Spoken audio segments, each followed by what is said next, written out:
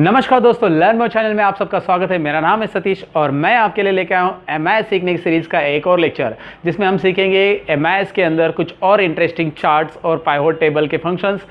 तो ये सीखने के लिए हमें जाना पड़ेगा हमारी कंप्यूटर के ऊपर। तो चलिए let's move on a PC.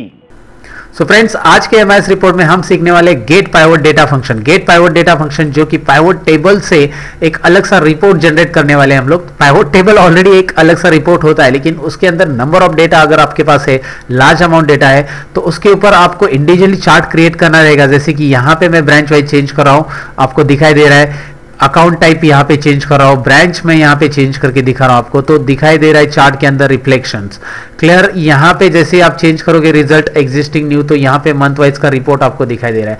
और ये जो क्वेरी है, ये क्वेरी नहीं दोस्तों, एक मेरे फ्रेंड है जिनका नाम है किरण, जो एक एमएनसी में काम करते हैं। उन्होंने कहा कि ये एक सबको यूजफुल हो सकता है, तो आप प्लीज इस पे वीडियो बना के शेयर कीजिए दोस्तों के साथ। तो उन्होंने मुझे बताया कि इस तरह से फंक्शन हमारी कंपनी में यूज होता है, गेट पाइवट डेटा। तो मुझे काफी इंटरेस्टिंग लगा दोस्तों, तो मैं आपके साथ शेयर करने वाला हूँ आज गेट पाइवट डेटा फंक्शन, जो काफी यूजफुल है। बने रहिए मेरे साथ और सीखते रहिए ये पाइवट टेबल का एमआईएस का और एक interesting lecture. So let's begin. Excel के एमआईएस सीरीज सीखने के लिए दोस्तों मेरे चैनल को सब्सक्राइब कीजिए और इसके नोटिफिकेशन के लिए बेल आइकॉन पे क्लिक कीजिए। तो ये गेट पाइवट डेटा फंक्शन सीखने के लिए दोस्तों हमारे पास चाहिए डेटा, और वो डेटा चाहिए नंबर ऑफ डेटा। मतलब थोड़े से छोटे से डेटा के लिए get pivot data function use करके कोई मतलब नहीं है, उसके लिए पाइवट टेबल इनफ है। तो यहाँ पे मैं पहले दिखा देता हूँ, मैंने डेटा लिया है 713 रोज का। यहाँ पे आपको दिख रहा है 713 रोज रिकॉर्ड है, मंथ वाइज रिकॉर्ड है, अमाउंट डिपॉजिट का रिकॉर्ड है, अकाउंट टाइप है, ब्रांच है और कस्टमर है। इस तरह से मेरे पास डेटा अवेलेबल है दोस्तों। तो इसका मैं बनाने वाला एक एमआईएस रिपोर्ट, और वो किस तरह से बनाऊंगा मैं आपको दिखा रहा हूँ। सो चलिए सबसे पहले हम लोग इसके ऊपर पाइवट टेबल अप्लाई करते हैं। और पाइवट टेबल आपको आता होगा, ये समझकर ये लेक्चर मैं आपको पढ़ा रहा हूँ। अगर ये पाइवट टेबल नहीं आता है आपको, तो ये वीडियो के लेफ्ट कॉर्नर में आई बटन है दोस्तों, उसके अंदर पाइवट टेबल की वीडियो का लिंक मैंने डाल दिया है, आप चाहिए तो चेक कर लेना अगर आप नए हो मेरे चैनल पे। तो अगर आपने पाइवट टेबल पहले से सीखा है तो कोई बात नहीं, आपको ये समझ में आ जाएगा अच्छे से। तो चलिए आगे बढ़ते हैं। सबसे पहले मैं कंट्रोल ए बटन प्रेस करो, ये पूरा डेटा सेलेक्ट कर रहा हूं दोस्तों। तो डेटा तो लार्ज है, तो कंट्रोल ए बटन ही प्रेस करना होगा हमें सिलेक्ट करने के लिए। सो कंट्रोल ए के बाद मैं क्लिक करूंगा इंसर्ट में, और जहां से हम लेते हैं पाइवट टेबल। तो इंसर्ट में पाइवट टेबल ऑप्शन आपको मिल चुका है, और यहां पे मैं क्लिक कर रहा हूं पाइवट टेबल पे अभी। उसके बाद आपको मिलेगा यहाँ पे एक डायलॉग बॉक्स। इस डायलॉग बॉक्स में आपको पता है क्या सिलेक्ट करना है। आपको अगर डेटा सेम शीट में प्लेस करना है रिपोर्ट, तो आप एग्जिस्टिंग ले सकते हैं, लेकिन मैं न्यू शीट में लेना चाहता हूं, तो मैं ओके करूंगा। यहाँ पे आपको दिख रहा है न्यू शीट यहाँ पे आ चुका है। न्यू शीट का पोजीशन मैं यहाँ पे रखना चाहता हूँ इस तरफ, तो मैं रख सकता हूँ इस तरह से, देयर इज नो इशू। तो इसके बाद मैं क्या करूँ, इसके बाद जो पाइवट टेबल यहाँ पे दिखाई दे रहा है, ये नॉर्मल पाइवट टेबल है, मैं इसे रेगुलर पाइवट टेबल में कन्वर्ट करना चाहता हूँ, जिसे क्लासिक मोड बोलते हैं। तो मैं इसे राइट क्लिक करूंगा इसके ऊपर, और पाइवट टेबल ऑप्शंस आपको मिलेगा। पाइवट टेबल ऑप्शंस में क्लिक करेंगे तो उसके बाद ये डायलॉग बॉक्स आपको मिलेगा। अगर आप ऑफिस 2007 यूज कर रहे हो तो उसके अंदर तो क्लासिक मोड ही आ जाता है ऑटोमेटिकली, और उसके बाद का हायर वर्जन यूज करो जैसे 10 और 13, जैसे मैं 13 यूज कर रहा हूँ, आप 16 यूज कर रहे हो, तो आपको ये क्लासिक व्यू डिस्प्ले में से ऑन करना होगा दोस्तों। Display classic pivot table layout, yes, इसे यहाँ पे आप क्लिक करेंगे तो यहाँ पे दिखाई दे रहा है पाइवट टेबल लेआउट। उसके बाद मैं क्या कर रहा हूँ, राइट साइड में आइए आप, राइट साइड में यहाँ पे आपका डेटा दिख रहा है आपको, जो मतलब कॉलम हेडिंग्स दिख रही है आपको। तो यहाँ पे क्या करेंगे हम लोग, सबसे पहले मैं यहाँ पे कस्टमर का रिकॉर्ड जो है रोज में ड्रैग कर रहा हूँ, ब्रांच वाइज रिकॉर्ड और अकाउंट टाइप रिकॉर्ड, ये तीनों भी मैं रोज में ड्रैग करके यहाँ पे रख रहा हूँ। मंथ में कॉलम्स में ड्रैग करके रख रहा हूं, और अमाउंट में वैल्यूज में ड्रैग करके रख रहा हूं। तो मुझे मंथ वाइज रिकॉर्ड मिल रहा है तीनों, इसका एग्जिस्टिंग कस्टमर का वगैरह सब मिल रहा है, यहाँ पे आपको दिखाई दे रहा है। मैं इसका सब टोटल रिमूव करना चाहता हूं, तो मैं राइट क्लिक करूंगा, सब टोटल जो ऑप्शन है यहाँ पे उसको हटा दूंगा। सब टोटल निकाल दिया मैंने, तो यहाँ पे इस तरह से रिकॉर्ड आएगा। और एग्जिस्टिंग न्यू का भी सब टोटल मैं हाइड करना चाहता हूँ यहाँ पे, मतलब रिमूव करना चाहता हूँ। तो यहाँ पे सब टोटल जो चेक दिख रहा है इसे आप क्लिक कीजिए, तो ये हटा दिया मैंने सब टोटल। इससे क्या हो गया कि जो एक्सप्लोर ऑप्शंस थे सब टोटल की यहाँ पे हट गए, और इस तरह से आपको रिकॉर्ड दिख रहा है यहाँ पे अभी प्रॉपरली। तो अभी यहाँ पे रिकॉर्ड दिख रहा है, यहाँ पे जो डेटा है वो लार्ज अमाउंट पे है। सपोज आपको रिकॉर्ड तो मिल गया है कि सेंट्रल ब्रांच का रिकॉर्ड यहाँ पे मिल रहा है, जनवरी फरवरी मार्च मंथ का सब है, then north country west side का, और वो सीडी अकाउंट का मिल रहा है और एग्जिस्टिंग का मिल रहा है। लेकिन ये अकाउंट का ये जो रिकॉर्ड है आपको अगर सेपरेटली चाहिए और उसके ऊपर चार्ट रिपोर्ट तैयार करना है, तो इस टेबल में तो बहुत कॉम्प्लिकेटेड है। देखो ना, पाइवट टेबल रिपोर्ट आ गया है, लेकिन लार्ज अमाउंट ऑफ डेटा है, तो ये थोड़ा सा प्रॉब्लम है, कॉम्प्लिकेटेड है। फिर से आपको अगर अलग रिकॉर्ड चाहिए सेपरेट, तो सेम प्लेस पे फिल्टर अप्लाई करो, फिर वो ओरिजिनल डेटा हाइड करो, ये सब चीज़ें नहीं करनी है। तो आपको क्या यूज़ करना है, गेट पाइवोट डेटा। तो उसके लिए क्या करेंगे हम लोग, उसके लिए मैं एक नया शीट ले रहा हूँ जिसमें हम लोग pivot table get pivot data function use करेंगे। लेकिन उसके लिए पहले हम लोग कुछ प्रिपेयर करेंगे कि फिल्टर किसके ऊपर लगाएंगे, मतलब हम लोग ड्रॉप डाउन बॉक्स क्रिएट करेंगे।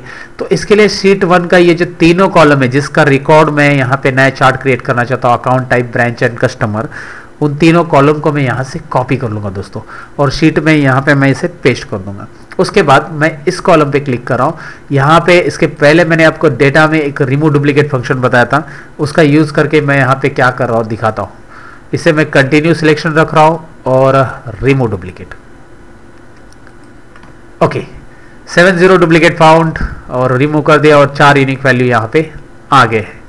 तो पहले कॉलम को तो मैंने रिमूव डुप्लीकेट अप्लाई करके इस तरह से ये यूनिक वैल्यूज यहाँ पे निकाली, और दूसरे कॉलम पे मैं क्लिक कर रहा हूँ और इसमें भी मैं सेम फंक्शन रिमूव डुप्लीकेट कर रहा हूँ, continue with current selection remove duplicate, और ओके बटन पे क्लिक कीजिए। सेकेंड कॉलम का भी डुप्लीकेट वैल्यूज मैंने रिमूव कर दिया, और थर्ड कॉलम के अंदर भी वही फंक्शन रिमूव डुप्लीकेट्स, यहाँ पे continue with current selection remove duplicates और ओके। तो इस तरह से ये डुप्लीकेट्स वैल्यू हट गई। अभी इसका यूज मैं यहाँ पे करूँगा किस तरह से, मैं इसे कॉपी करूँ टाइटल को, और मैं यहाँ पे पेस्ट करो टाइटल को, पेस्ट में ट्रांसपोज ऑप्शन से। सबको आपको पता रहेगा ये ट्रांसपोज ऑप्शन क्या होता है, कि ये जो हॉरिजॉन्टल डेटा है यहाँ पे वर्टिकल आ चुका है।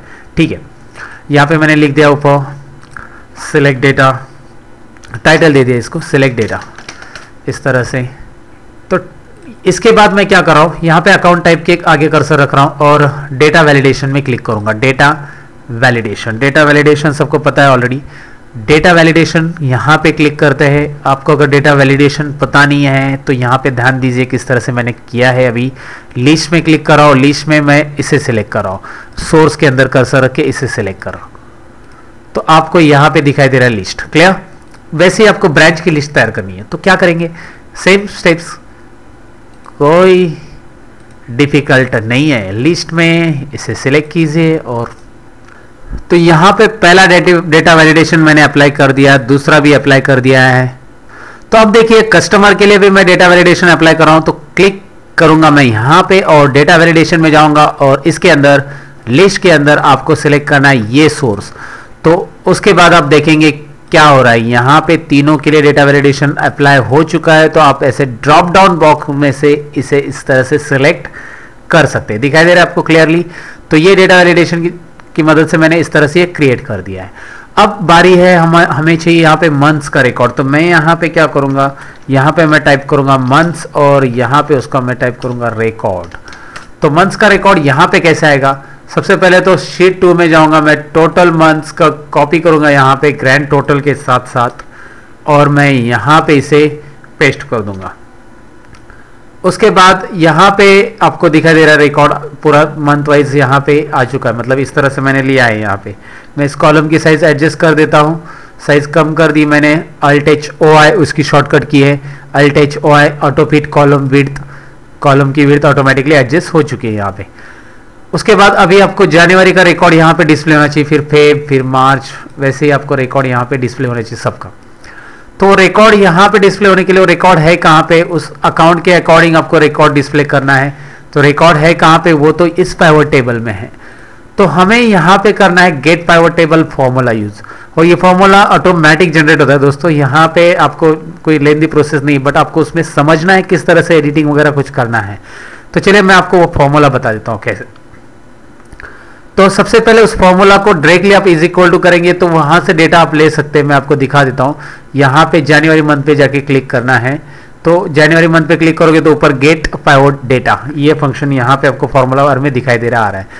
लेकिन अगर इस फंक्शन में कहीं पे एरर आता है, मतलब वो वैल्यूज वहां पे नहीं मिलती उसको, तो इसके लिए हम लोग एप एरर यूज करेंगे इसके लिए। सो गेट डेटा पाइवट डेटा के पहले मैं यहाँ पे लिखूंगा एप एरर। अगर इसमें कुछ एरर है तो हमें पता है, हम लोग हमेशा error if error function use करते हैं। तो मैं यहाँ पे इफ एरर फंक्शन आपको टाइप करके दिखा रहा हूँ। इफ एरर यहाँ पे मैं सिलेक्ट कर रहा हूँ इफ एरर, और उसके बाद रिकॉर्ड तो आ जाएगा, और उसके बाद अगर इफ एरर में कुछ नहीं आया तो 0, मतलब एरर आ गया तो यहाँ पे आंसर 0, वहाँ पे वैल्यू नहीं आई तो एंटर कर देंगे हम यहाँ पे। सो एंटर करने के बाद यहाँ पे आंसर दिख रहा है, जनवरी मंथ का रिकॉर्ड यहाँ पे आपको डिस्प्ले दिखाई दे रहा है, if error get pivot data.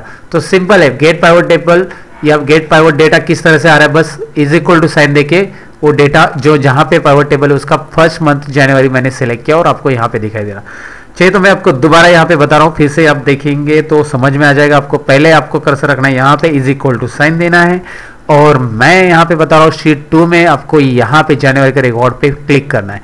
जैसे आप यहाँ पे क्लिक करोगे, ये फर्स्ट रिकॉर्ड जो जनवरी का रिकॉर्ड, इस पे आप क्लिक करोगे, ऊपर आपको फॉर्मूला बार में दिखाई देगा वो फंक्शन, और अगर इसमें कुछ एरर आता है, वैल्यू नहीं फाइंड होती है, तो उसमें हम इफ एरर लेंगे उसके लिए। इफ एरर, अगर उसमें एरर आता है तो वैल्यू आएगी 0, और इस तरह से इसका आंसर आपको मिल जाएगा। सो यहाँ पे आपको आंसर मिल चुका है। अब ये आंसर इसके अकॉर्डिंग चेंज होना चाहिए, तो उसके लिए यहाँ पे इस फॉर्मूला में हम कुछ एडिटिंग करेंगे।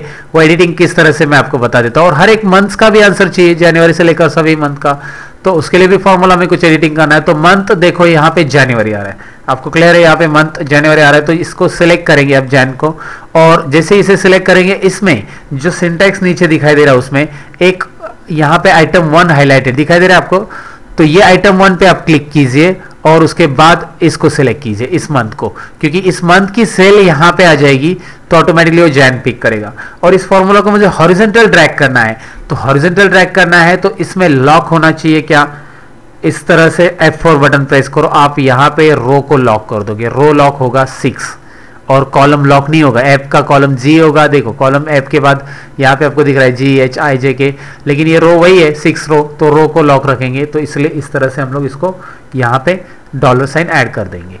तो ये $साइन कैसे ऐड करना है आपको बताया, F4 बटन आप 2 बार प्रेस करेंगे तो आ जाता है उसमें। ये हो गया, तो चलो F6 तो ऐड हो गया। उसके बाद अकाउंट टाइप यहाँ पे बाय डिफॉल्ट CD आ रहा है, तो सीढ़ी तो नीचे, यहाँ पे फ्लेक्सिबल मतलब चेंज करना है मुझे अकाउंट टाइप, तो यहाँ पे कर्सर रखिए और इसमें देखिए इस सिंटैक्स में क्या हाईलाइट है, आइटम 2, तो उस पर क्लिक कीजिए आइटम 2 पे, और ये क्लिक कीजिए यहाँ पे, तो ये देखो F2 आ गया उसकी जगह। F2 मतलब यहाँ पे जो वैल्यू हम लोग चेंज करेंगे बाद में, तो F2 से यहाँ पे रेफरेंस देगा, मतलब F2 के अंदर वैल्यू आ जाएगी, तो F2 की वैल्यू वहाँ पे डिस्प्ले हो जाएगी, और यहाँ पे F4 करके उसे हम लोग लॉक रखेंगे, क्योंकि ड्रैग करेंगे हम इसे हॉरिजॉन्टली ऐसा सभी मंथ्स के लिए, तो ये वैल्यू सभी मंथ्स के लिए सिमिलर रहेगी। उसके बाद ब्रांच में सेंट्रल ब्रांच है, सेंट्रल ब्रांच यहाँ पे भी, लेकिन मैं चेंज करूंगा तो यहाँ पे चेंज नहीं होने वाला, तो यहाँ पे पहले कर्सर रखोगे तो आपको यहाँ पे जरा मैं जूम करके दिखाता हूँ, आइटम T बोल्ड हो चुका है दिखाई दे रहा है, तो इस पे आप क्लिक करेंगे आइटम 3 पे, तो आपको क्या है, जैसे आप क्लिक करोगे आपको यहाँ पे क्लिक करना है इसको, तो वो चेंज हो जाएगा, देखो F3, और उसे भी हम यहाँ पे लॉक करेंगे। एक एक चीज को यहाँ पे ध्यान देना है, कस्टमर या टाइटल है उसको कुछ करना नहीं हमें, उसके अंदर जो टाइप दिया हमने एग्जिस्टिंग, उसको भी हम लोग यहाँ पे दिखाई देगा आइटम 4, और उसे हम यहाँ पे क्लिक करेंगे और एग्जिस्टिंग को सिलेक्ट करेंगे, और उसके बाद इसे भी हम लोग लॉक कर देंगे इस तरह से। तो अब बारी है एंटर बटन प्रेस करने की, आपको आंसर मिल रहा है IRA, सेंट्रल और एग्जिस्टिंग टाइप। अब मैं इसे हॉरिजॉन्टल ड्रैग करता हूं दोस्तों यहाँ तक, दिसंबर तक। देखिए इसे थोड़ा सा कॉलम की साइज यहाँ पे बढ़ा देता हूं मैं, जो कॉलम की रिक्वायर्ड है, चाहिए तो आप सभी कॉलम्स की एक साथ बढ़ा सकते हैं, ऐसा ड्रैग करके थोड़ा सा मैंने कम किया था साइज उसका। तो यहाँ पे रिकॉर्ड आ चुका है, और टोटल निकालने के लिए, टोटल तो वहां से पिक नहीं होगी दोस्तों, तो टोटल यहाँ पे हम लोग Alt इज इक्वल टू करेंगे और एंटर, वो तो आपको पता है कि ग्रैंड टोटल कैसे आएगा। तो इसके बाद अब मैं चेंज करके दिखाता हूँ रिकॉर्ड, जरा आपको दिखाई देगा, यहाँ से IRE की जगह मैं CD लेता हूँ तो उसका रिकॉर्ड पूरा यहाँ पे दिखाई दे रहा है आपको, क्लियर है। जहाँ जहाँ कॉलम की साइज इंक्रीज की जरूरत है वहाँ पे आप ऐसा इंक्रीज कर सकते हैं। तो यहाँ पे दिखाई दे रहा है पूरा रिकॉर्ड। आप सेंट्रल ब्रांच की जगह आप नॉर्थ कंट्री ले लो या फिर आप वेस्ट साइड ले लो, तो वेस्ट साइड का वगैरह रिकॉर्ड यहाँ पे आपको इस तरह से दिखाई देगा। और एग्जिस्टिंग की जगह आप न्यू कस्टमर ले लो तो न्यू कस्टमर और एग्जिस्टिंग कस्टमर, तो कोई भी टाइप आप चेंज करोगे उसका रिकॉर्ड उस टेबल में से, जो पाइवट टेबल, इस टाइप पाइवट टेबल में से पिक होके यहाँ पे आ जाए। तो ये उसके लिए यूज करना है गेट पाइवट डेटा। जब आपके पास लार्ज अमाउंट ऑफ डेटा और पाइवट टेबल से आपने उसका सोल्यूशन निकाल लिया है, लेकिन उसमें से भी डेटा कुछ अलग सा पिक करना है, तो यहाँ पे इस तरह से आएगा। अब इसके ऊपर बारी है चार्ट बनाने की। तो चार्ट कैसे बनाएंगे हम, तो सबसे पहले मैं ये पूरे टेबल को इस तरह से सिलेक्ट करूंगा, मैं टोटल नहीं लूंगा, और सिंपल है, इंसर्ट में जाएंगे, चार्ट में जाएंगे और कॉलम चार्ट यहाँ पे मैं इंसर्ट कर देता हूँ। ये चार्ट मैंने इंसर्ट कर दिया है, और चार्ट को मैं डिजाइन दे देता हूँ यहाँ पे, कोई भी इस तरह से दे दिया। उसके बाद मैं इसे इस तरफ रखता हूँ चार्ट को ऐसे, और यहाँ पे इसकी साइज थोड़ी सी कम कर देता हूँ, जैसे नॉर्मली सबको ये एडजस्ट करना आता है किस तरह से साइज कम ज़्यादा करना है चार्ट की। और इसमें डेटा लेबल्स शो करता हूँ, राइट क्लिक करके add data labels. Data labels को कलर भी दे सकते हैं आप यहाँ पे सिलेक्ट कीजिए इसको, होम टैब में से आप यहाँ पे कलर इस तरह से दे सकते हैं डेटा लेबल को। कोई भी कलर्स आप यहाँ पे अप्लाई किए कर दीजिए, जो भी कलर्स आपको लग रहा है यहाँ पे इस तरह से अप्लाई कर दीजिए। इसकी साइज़ भी आप कम कर सकते हैं इस तरह से। क्लियर।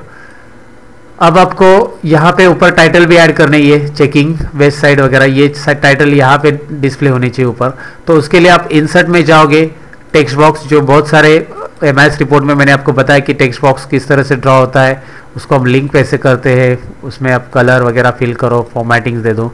तो मैं इसको कलर यहाँ पे दे रहा हूँ इसको इस तरह से, और इसमें इज इक्वल टू करूँगा और ये चेकिंग को यहाँ पे सिलेक्ट करूँगा, सॉरी यहाँ पे मैं फॉर्मूला बार में इज इक्वल टू करूँगा उसके लिए, और इसको सिलेक्ट करके एंटर, तो यहाँ पे चेकिंग आ गया। क्लियर है। इस तरह से उसको सेंटर वगैरह आप यहाँ पे ले सकते हैं। तो ये तो हो गया, चेकिंग का रिकॉर्ड आपको दिख रहा है यहाँ पे इस तरह से। इसे आप कॉपी पेस्ट कीजिए या फिर इसी को डुप्लीकेट कीजिए, कंट्रोल डी, और यहाँ पे साइड में रखिए, कंट्रोल डी 2 बार। इसमें बस आपको रेफरेंस चेंज करना है, यहाँ पे क्लिक करेंगे, इसके फॉर्मूला यहाँ पे रेफरेंस देंगे इज इक्वल टू और वेस्ट साइड। क्लियर। उसके बाद इसको भी कलर चेंज कर दीजिए आप यहाँ से वाइट। उसके बाद लास्ट वाला है, उसके भी बॉर्डर पे क्लिक कीजिए, यहाँ पे इज इक्वल टू और एग्जिस्टिंग रिकॉर्ड, और यहाँ पे इसको भी वाइट कलर। इस तरह से फॉर्मूला बार में क्लिक करके उसका रेफरेंस आप यहाँ पे दे सकते हैं। और जैसे आप यहाँ पे चेंज करेंगे सीडी रिकॉर्ड, तो जैसे मैंने स्टार्टिंग में आपको दिखाया था कि किस तरह से ये चार्ट का रिपोर्ट आता है, और वैसे ही यहाँ पे अभी ये रिपोर्ट क्रिएट हो चुका है दोस्तों। तो एक लेंदी प्रोसीजर है दोस्तों, और लेंदी प्रोसीजर ही रहेगा क्योंकि ये एमआईएस का लेक्चर है, कोई बेसिक एक्सेल नहीं है दोस्तों। तो अगर आप कुछ ऐसा एडवांस सीखना चाहते हैं तो आपको ये बहुत सारे स्टेप्स फॉलो करने पड़ेंगे।